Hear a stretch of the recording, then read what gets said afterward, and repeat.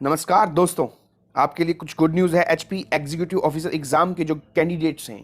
तो मेरा नाम है संदीप और आप देख रहे हैं स्टडी दर्पण।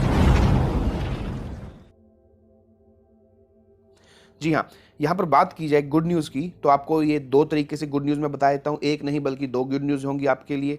जितने भी एचपी एग्जीक्यूटिव ऑफिसर्स के कैंडिडेट्स हैं उनके लिए बहुत अच्छी गुड न्यूज़ है। पहली की अगर मैं यहाँ पर बात की जाऊँ तो मैं यहाँ पर बात बताऊँगा मैं आपको टोटल नंबर ऑफ़ वैकेंसी की, और दूसरी बताऊँगा टोटल नंबर ऑफ़ कैंडिडेट जो इसके अंदर अपीयर होने वाले हैं इस एग्ज़ाम में। और इससे पहले एग्जीक्यूटिव ऑफिसर के एडमिट कार्ड आ चुके हैं। ऐसा कोई न्यूज़ नहीं है कि ये जो पोस्टपोन हो रहा है एग्ज़ाम, बल्कि अपने राइट टाइम पर है, 27 सितंबर को ही होने जा रहा है।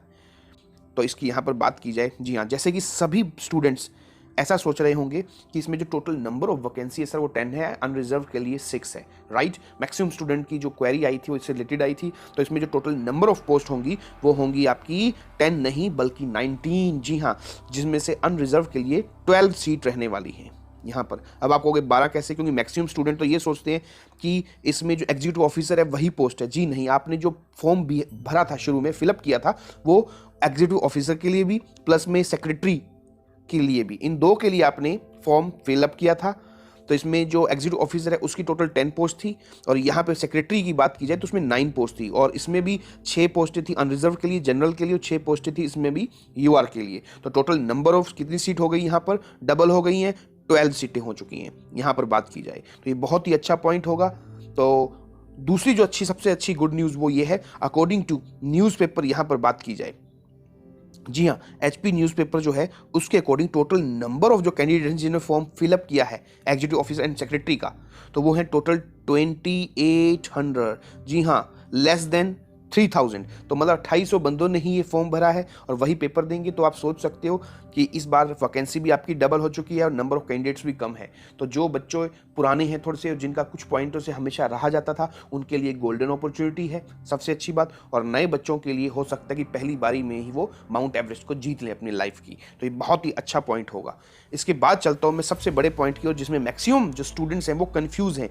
जी हाँ, वो कन्फ्यूज़न है आपकी सिलेबस से रिलेटेड। अब मैं आपको थोड़ा सा डिस्क्राइब करता हूँ, उसको ध्यान से समझना और स्किप मत करना बिल्कुल भी, क्योंकि बहुत बड़ी बात आपसे छूटने वाली है।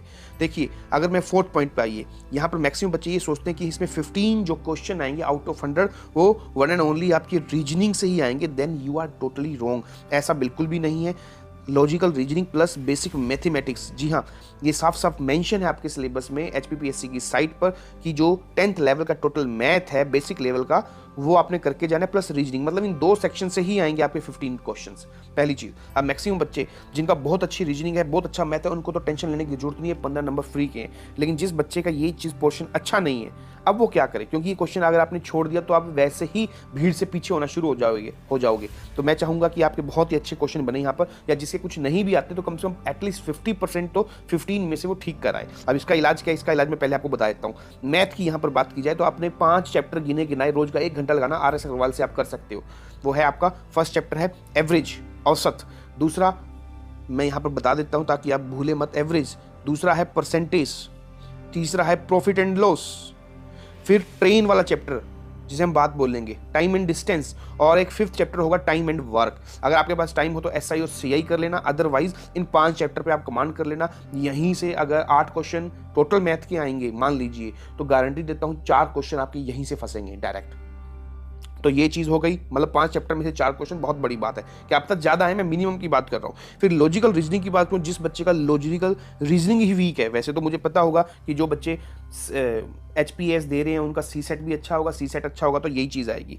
तो लॉजिकल रीजनिंग की बात की जाए यहाँ पर, तो आपने 2 सेक्शन अच्छे करके जाने, उनके लिए बता रहा हूँ जिनका ये वीक है सेक्शन, या जिनको जो एक भी क्वेश्चन नहीं कर पाए या छोड़ने की बात सोचे। तो एक तो आपने प्रैक्टिस कर लेनी, क्योंकि अभी टाइम पड़ा है। वो आपने क्या करना है यहाँ पर, एक तो अल्फाबेटिकल सिस्टम से आप कर लेना। जो अल्फाबेटिकल सिस्टम होते हैं, जैसे क्वेश्चन आते हैं ABC, फिर यहाँ पर 3 ये दे देते हैं, फिर दे देते हैं, ये अल्फाबेटिकल सिस्टम है। तो आपने या तो ये कर लेना है, या आपने नंबर सिस्टम, जो मैं बात करूँ जिसमें नंबर सिस्टम है जो हमारे, तो वो ये 2 सेक्शन आपने करके जाना है, क्योंकि अगर 6 क्वेश्चन आएंगे तो गारंटी है कि 3 से 4 क्वेश्चन इन 2 चैप्टर से ही आ जाएंगे।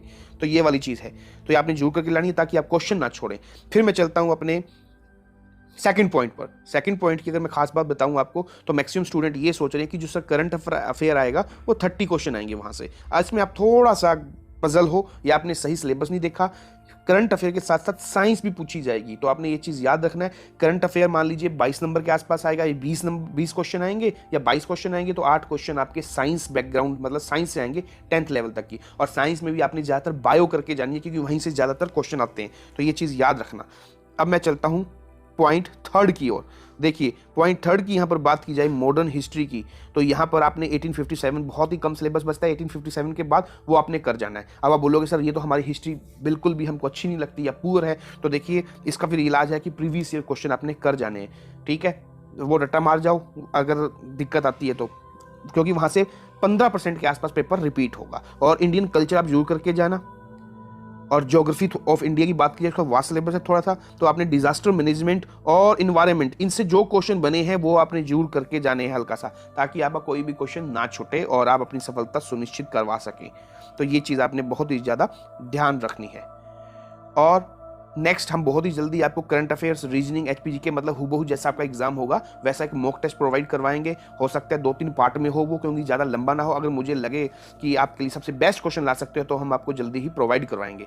और जिन बच्चों का आगे फ्यूचर में तहसील वेलफेयर ऑफिसर का, कोऑपरेटिव बैंक सोसाइटी का एग्जाम है, तो उसके लिए हम मटेरियल मतलब बहुत अच्छी इन्फॉर्मेशन और कुछ मॉक टेस्ट देंगे आपको।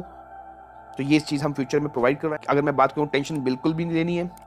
और इससे पहले आपने हमारा चैनल सब्सक्राइब नहीं किया तो सबसे पहले चैनल सब्सक्राइब कीजिए, और वीडियो अच्छा लगे तो लाइक कीजिए एंड शेयर कीजिए। तो इसी के साथ मिलते हैं हम अपने नेक्स्ट वीडियो में, तब तक के लिए गुड बाय।